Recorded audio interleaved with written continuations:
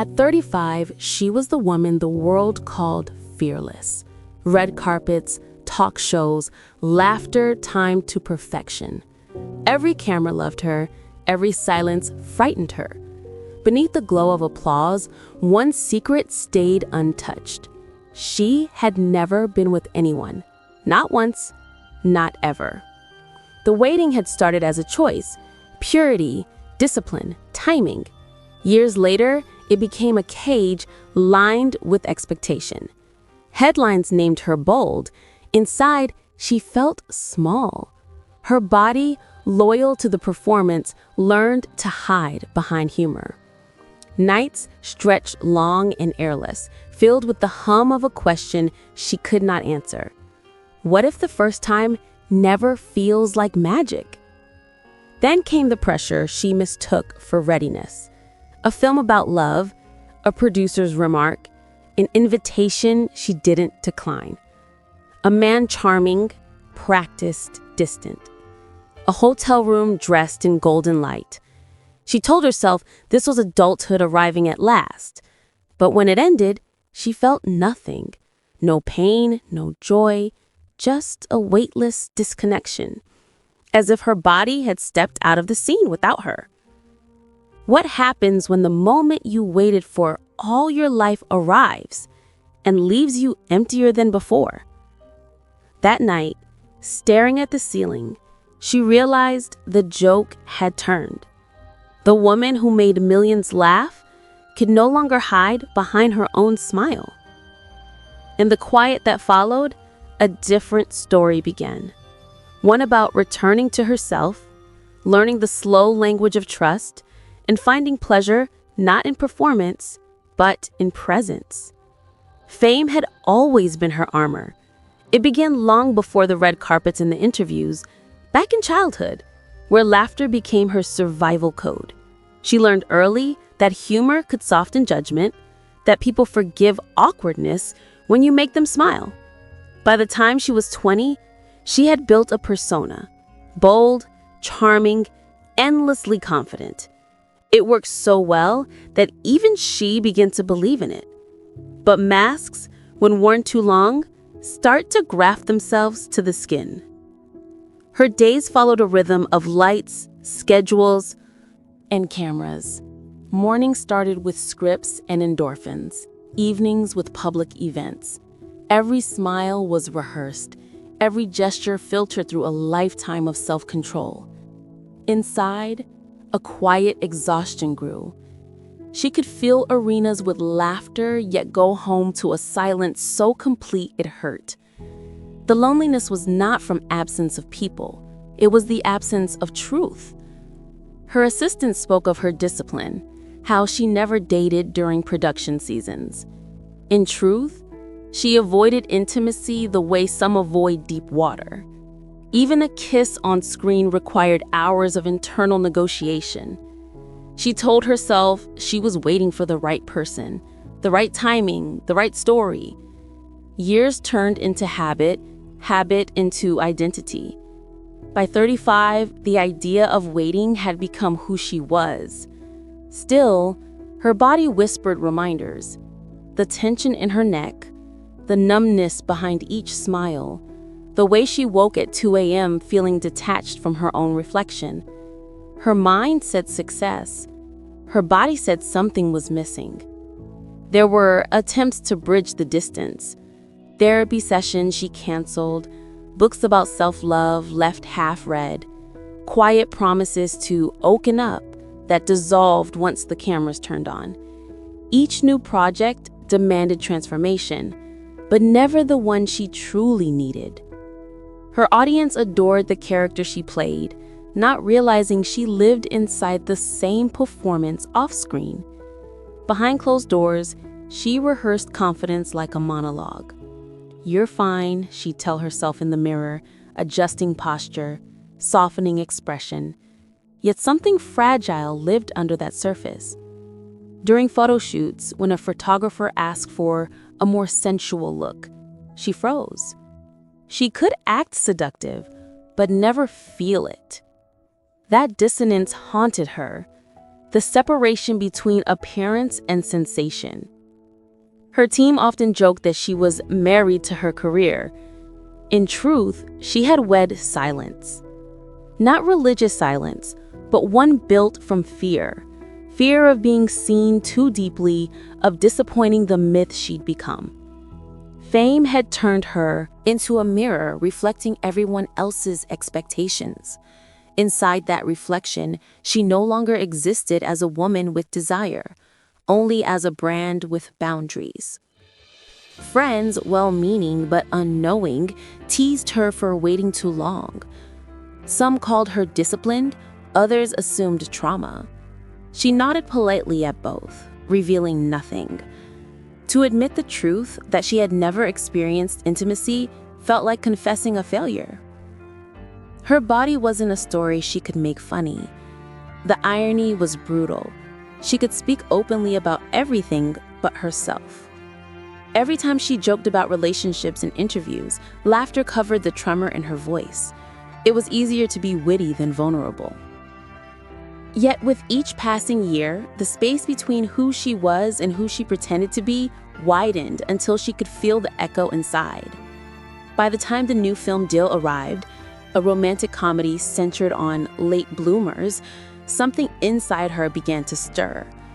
The script felt uncomfortably close to her own life, yet also offered a chance to rewrite it. Colleagues celebrated the coincidence. She smiled for photos, knowing that beneath the lights, she carried a truth the world would never guess. The woman playing love had never truly felt it. Every laugh she gave the world hit a question she could no longer silence.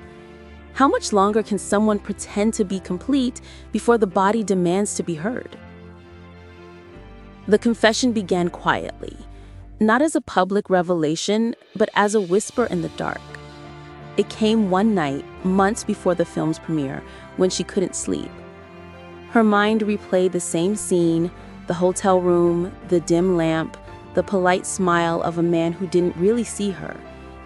The memory wasn't painful in the usual sense. It was hollow, like a story missing its middle. She realized then that her first experience had not been a beginning, but a fracture. For weeks after that night, she went through her routine as though nothing had happened. She smiled, joked, signed autographs, attended fittings. Outwardly, nothing had changed, but inside, she moved through fog. She couldn't feel her body, not joy, not sadness, not even hunger. Every mirror reflected a version of her that had gone slightly out of focus. It frightened her more than any public scandal ever could. In interviews, people called her radiant. She felt detached from the compliment, as if they were describing someone else. Her therapist called it dissociation. She called it shame. Shame for waiting too long. Shame for expecting too much. Shame for feeling nothing when the moment finally arrived. She kept the secret tightly guarded. Not even her closest friends knew. Whenever conversation drifted toward love or intimacy, she laughed, made a joke, redirected. It was easier to make people laugh than to make them understand. But at night, when she lay in bed, her body carried the silence of that encounter. A kind of quiet she could neither escape nor name. There were flashes of memory she couldn't turn off. The smell of hotel sheets, the hum of the air conditioner, the distance in his eyes as he rolled away. She remembered saying, "I'm fine," when he asked if she was okay, though her voice had sounded like someone else's. She had practiced that phrase her whole life. It came too easily. When she returned home, she told herself to move on. "It happens," she whispered in the mirror. "You'll forget." But her body didn't forget. It grew heavier, slower, resistant. Even simple things, putting on lotion, looking at her own skin, became small acts of confrontation.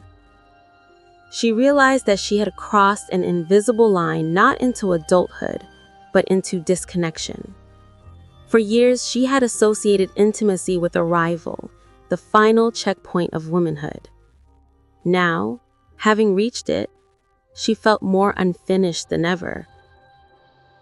The pressure she had carried for decades had dissolved, but in its place came a strange emptiness.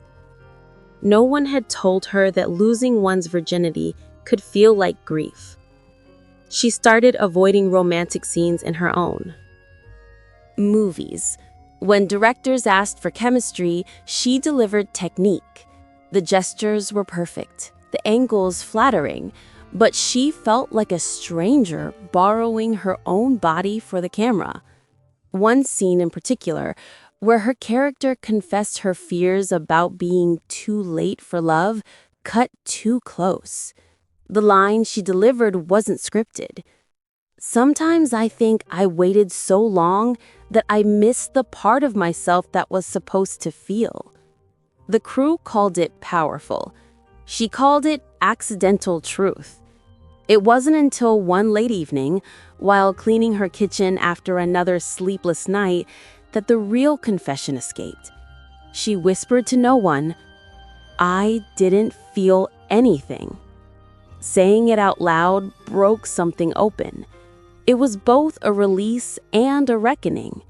She wasn't angry at the man or even at the moment itself. She was angry at the years of silence that had led her there. From that night on, she began writing small notes to herself, phrases she couldn't yet say in public. You deserved tenderness. You are not late. The body forgives when it's listened to. They weren't affirmations, not really. They were reminders that she was still here, that numbness was not the end of the story. And though she didn't know it yet, that quiet act of honesty, the decision to stop performing even in private, was the first breath of her return. The months that followed were marked by contradiction. Her professional life reached new heights. The film broke records, her name filled headlines, her image flashed across billboards from Sydney to New York. Yet, behind the perfection of every poster was a woman unraveling in silence.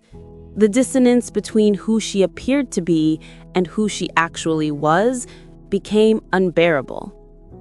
Every interview about empowerment or confidence felt like a small betrayal.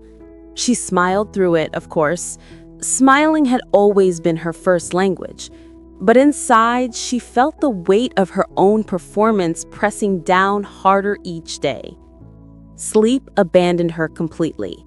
At night, she paced her apartment in circles, replaying every moment that had led her here. She wasn't haunted by the man himself. He had long since faded into anonymity, but by the sense that she had betrayed herself. For decades, she had imagined intimacy as a crescendo, a reward for patience. Instead, it had arrived like an empty note, leaving only silence behind. She couldn't shake the thought, what if I'm incapable of feeling what others feel so easily? The search for answers began as curiosity and soon became obsession. She devoured books on trauma, embodiment, mindfulness, psychology, anything that might explain the void. Her browser history turned into a quiet confession. Why do I feel nothing after sex? Can dissociation be healed? How to reconnect with your body?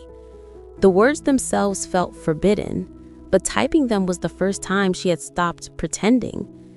Therapists became her new audience. She tried 4 before finding one who didn't mistake her charm for progress. A calm woman in her 50s, direct but gentle, who said, "You don't need to perform here." That sentence alone made her cry. In that small office, she learned to name sensations, to describe where in her body she felt tightness, to recognize the places that went blank when emotion approached. It was agonizing work, slow, awkward, sometimes humiliating, but it was the first time she felt seen without needing to shine. Her therapist spoke often about dissociation. It's not that you're broken, it's that your body learned to leave when it didn't feel safe. The idea unsettled her. She thought of every red carpet, every forced smile, every time she'd laughed through discomfort. Her body had been leaving for years, long before that night in the hotel room. The difference was, she was finally noticing its absence. She began journaling after each session, tracing the outlines of her emotional numbness like a detective mapping a crime scene.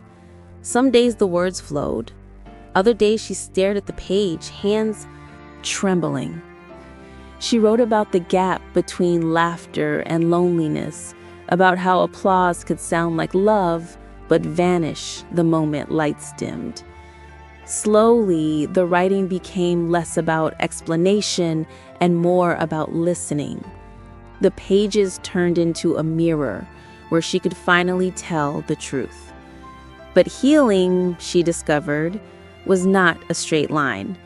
For every breakthrough, there was a setback, a day when she felt too tired to care, a night when shame crept back like fog. Sometimes she overcompensated, forcing herself to be open or sensual, mistaking speed for progress. She downloaded dating apps, tried dinner conversations that left her numb again, then deleted them all in frustration. Each failed attempt deepened her conviction that maybe this was just who she was, a woman meant to feel everything in public and nothing in private. One evening, while filming a commercial overseas, she found herself in another hotel room that looked too familiar. Same lighting, same sterile scent. The déjà vu was suffocating. She sat on the edge of the bed and realized she couldn't keep pretending that success would drown the silence. She opened her phone and typed a message to her therapist. "I can't feel anything again." The reply came minutes later. "Then stop trying to force it. Sit with the nothing. It's still you." That sentence became her lifeline. She learned to meet the numbness not as an enemy, but as evidence, proof that her body was still protecting her, still waiting for safety. She started to notice small moments when sensation returned. The texture of linen on her skin, the cool weight of a glass in her hand, the vibration of her voice when she hummed alone. None of it felt dramatic, but each fragment was a sign of life returning. Then came the day everything shifted slightly, though she didn't yet know why. Her therapist invited her to a small weekend retreat. No cameras, no makeup, no roles to play. Just quiet mornings, gentle movement, and breathing exercises led by a facilitator known for trauma-informed somatic work. She hesitated at first. Privacy mattered more than healing, but something in her said yes. The retreat took place in the secluded coastal town, surrounded by sea and silence. On the first morning, the facilitator began with a sentence she would remember for years. "You don't need to chase feeling. Feeling will find you when it knows you're safe." As she sat cross-legged on the wooden floor, eyes closed, a slow tide of awareness began to move through her. Her heartbeat, the subtle tremor in her hands, the space between breaths. For the first time in years, she wasn't performing her calm, she was living inside it. And somewhere deep inside that stillness, the tension she had carried for half her life began quietly to loosen. The turning point arrived without announcement. No revelation, no cinematic swell, just a single morning when the air felt lighter, as if something invisible had unclenched. She awoke early at the retreat, sunlight filtering through linen curtains, the scent of salt and wood in the room. The day's session was titled "Body as Home." The phrase unsettled her. A home, she thought, was a place you left and returned to. She had left hers long ago. The facilitator guided the group through simple movements, breath synced to motion, hands placed gently over the chest, then the abdomen. "We're not seeking pleasure, she said. "We're learning to stay." Those words echoed through her ribs. Stay. For decades, she had lived everywhere but here, inside roles, scripts, laughter, and expectation. Staying was the hardest thing she'd ever done. At first, nothing happened. Her thoughts started, career deadlines, body image, the lingering fear of being seen as fragile. Then slowly, awareness widened. Her hands were warm, her breath no longer shallow. For the first time, she noticed her own heartbeat not as noise, but as presence.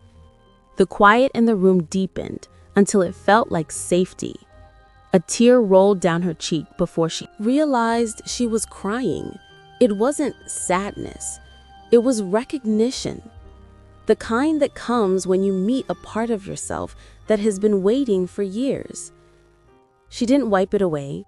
She let it move, tracing its path like proof that she was still porous, still alive.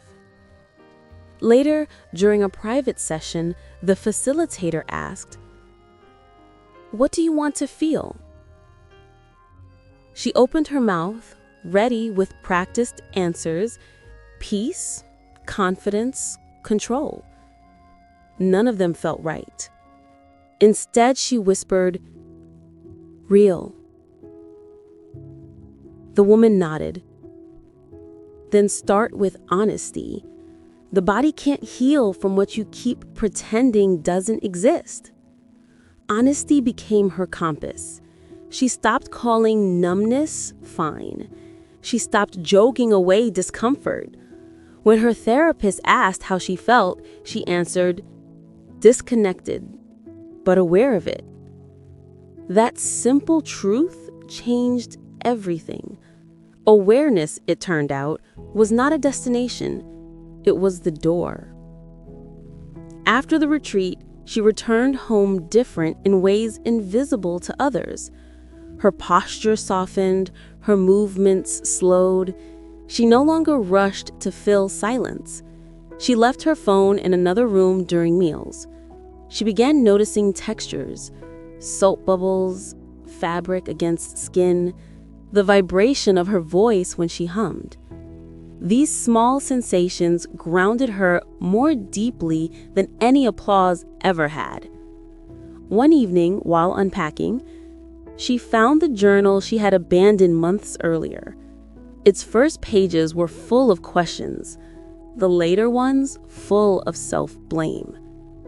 She turned to a blank sheet and wrote, "The body isn't late.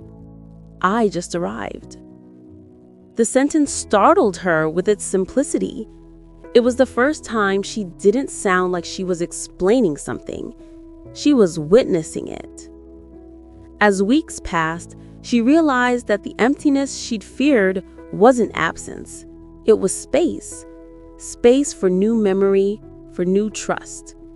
She began therapy not just as a client, but as an explorer, mapping sensations instead of analyzing them. "Where does shame live?" her therapist would ask. "What color is relief?" They were strange questions, but she began to see that healing was more art than science. The real turning moment came one quiet Sunday. She had canceled plans, craving solitude. Rain tapped against her window, soft and persistent. She sat on the floor, wrapped in a blanket, and practiced a breathing exercise from the retreat. Hand over heart. Slow inhale. Longer exhale. Then, something. A warmth, subtle but unmistakable, spreading through her chest and down her spine. Not ecstasy, not arousal, just presence. A body saying, "I'm here." For the first time, she didn't try to control or chase it. She let it unfold. The warmth expanded, faded, returned, like waves learning the rhythm of shore. When she opened her eyes, the world hadn't changed, but she had. For years, she had thought healing would feel like lightning. Instead, it felt like breath, ordinary, continuous, enough. She looked around her apartment, at the trophies, the framed posters, the signs of achievement. They no longer felt like proof of worth. They felt like artifacts of a life lived in survival. She smiled, not out of pride, but gratitude. The woman who had waited decades for the right moment to begin had finally realized she didn't need a stage to arrive. She only needed a heartbeat that she could call her own. Transformation came quietly, like dawn creeping through half-drawn curtains. There was no dramatic moment, no applause, no arrival. Only the slow, steady return of rhythm, breath deepening, shoulders softening, laughter coming without effort. She started noticing time differently. Mornings, once filled with scrolling and scheduling, became still. She brewed tea and stood by the window, tracing the steam's rise like a prayer. The silence that used to unnerve her now felt sacred. It was no longer emptiness, it was room to exist. In therapy, she learned to anchor presence in ordinary acts. A hand resting on the table, feet against the floor, naming sensations without judging them. Warm, tight, alive. Each word stitched her back into herself. There were still days when numbness visited, but she met it like an old friend, acknowledged, not feared. Her work began to change too. Scripts that once demanded perfection now felt less important than truth. During one shoot, the director asked for more vulnerability. She didn't act it this time. She felt it. A single tear fell mid-scene, unscripted, honest. The crew went silent. She didn't need to explain. At home, she found comfort in solitude, no longer punishment. It became a practice. She cooked slowly, ate sitting down, hummed to music with no lyrics. Her reflection no longer startled her. Some nights, she caught herself smiling for no reason, a quiet joy, grounded and whole. The woman who had spent decades performing had finally retired the role. What remained was something softer, not the loud confidence the world applauds, but the quiet assurance of someone who belongs fully to her own breath. She realized that pleasure was never the goal. It was the echo of safety, and safety had finally come home to stay. Reflection settled in not as nostalgia, but as clarity, the kind that arrives when the noise finally fades. She no longer saw her story as one of shame or lateness, but of timing. The body had its own calendar, its own seasons of thaw and bloom, and she had finally stopped arguing with it. Looking back, she saw how much of her life had been lived as performance, not just on screen, but in everyday existence. The practiced smile, the polite laughter, the well-timed charm. Each gesture had been armor disguised as ease. Now she understood that vulnerability wasn't weakness. It was precision, the ability to meet herself exactly where she was. She wrote in her journal, "Healing isn't about becoming fearless. It's about learning what deserves your fear and what doesn't." For the first time, she believed her own words.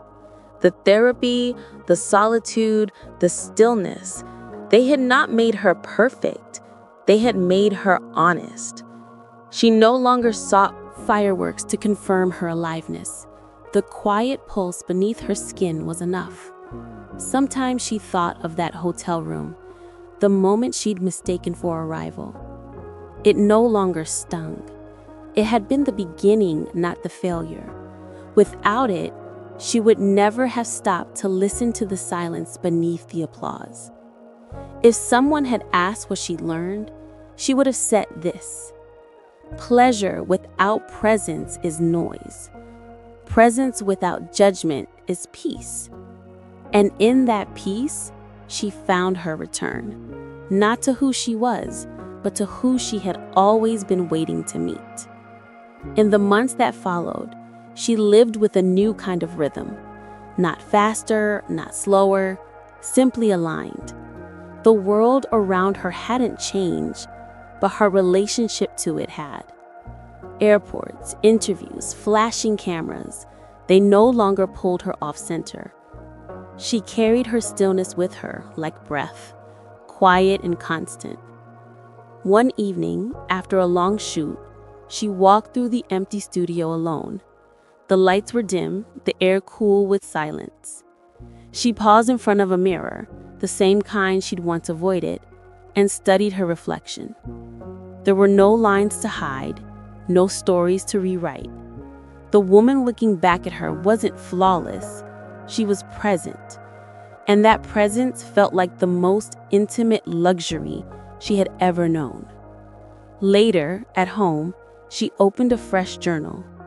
On the first page, she wrote, "I spent half my life trying to earn what was already mine, my own softness, my own breath, my own permission to feel." She thought of the women who would one day hear her story, the ones still waiting, still doubting, still holding their breath. She wanted to tell them that healing doesn't arrive as a miracle. It grows in the moments you stop apologizing for existing in your body. So to whoever listens now, let her story be a mirror. If you've forgotten how to feel, begin small. Breathe. Notice. Rest your hand where it trembles and let it stay. You are not late. You are simply arriving. And somewhere in that quiet return, a flame you thought was gone will start to glow again. Not loud, not bright, but alive.